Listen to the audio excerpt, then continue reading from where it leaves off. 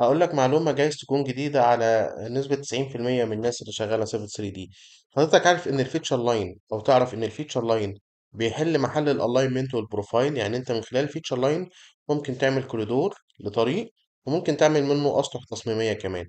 تعالوا نجرب. لو رحنا هنا على الفيتشر لاين وقلت له كرييت فيتشر لاين، تمام، هنا بنحدد بس السايت اللي احنا هنشتغل عليه، بندي الفيتشر لاين بتاعنا اسمه وبنديله ستايل، وبعدين بنقول له اوكي.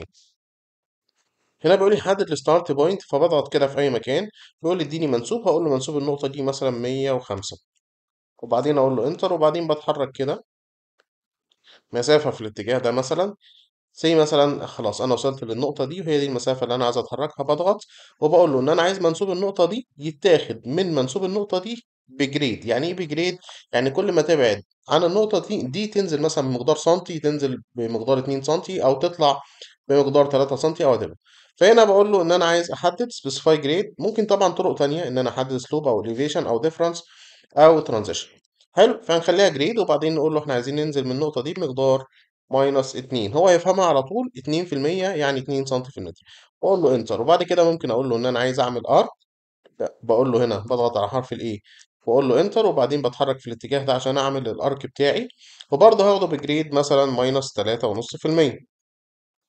وبعدين ارجع اكتب له حرف ال عشان نرجع تاني اللاين، واضغط عند النقطة دي واقول له برضه اخدها بجريد مثلا 1.5%. انا مخلص هنا بقول له انتر. دلوقتي بقى عندي الفيتشر لاين او الخط في الفراغ ده. الفيتشر لاين ده زي ما اتفقنا عباره عن الاينمنت وعباره عن بروفايل. خلاص، دلوقتي انا عايز اعمل اسمبلي. فباجي هنا على قائمه التول باليت، وبدخل هنا على الاسمبلي وبختار مثلا الاسمبلي اللي هو البيزك اسمبلي ده. حلو، وبعدين بنضغط في اي مكان عشان يرسم لي الاسمبلي بتاعي. ده اسمبلي جاهز، بس بحدد هنا على الميول العرضيه، بعمل لها ديليت. ده اسمبلي جاهز موجود عندي. ممكن دلوقتي اروح اكريت منه كوريدور، واروح هنا على كوريدور واقول له كريت كوريدور. هقول له مثلا ده اسم الطريق بتاعي، الكوريدور الخاص بالطريق بتاعي.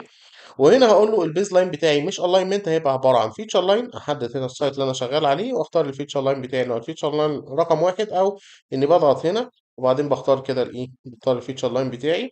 وهنا بختار الاسمبلي بيزك اسمبلي. ما عنديش سيرفيس ارض طبيعيه، فبقول له خلاص مباشره اوكي.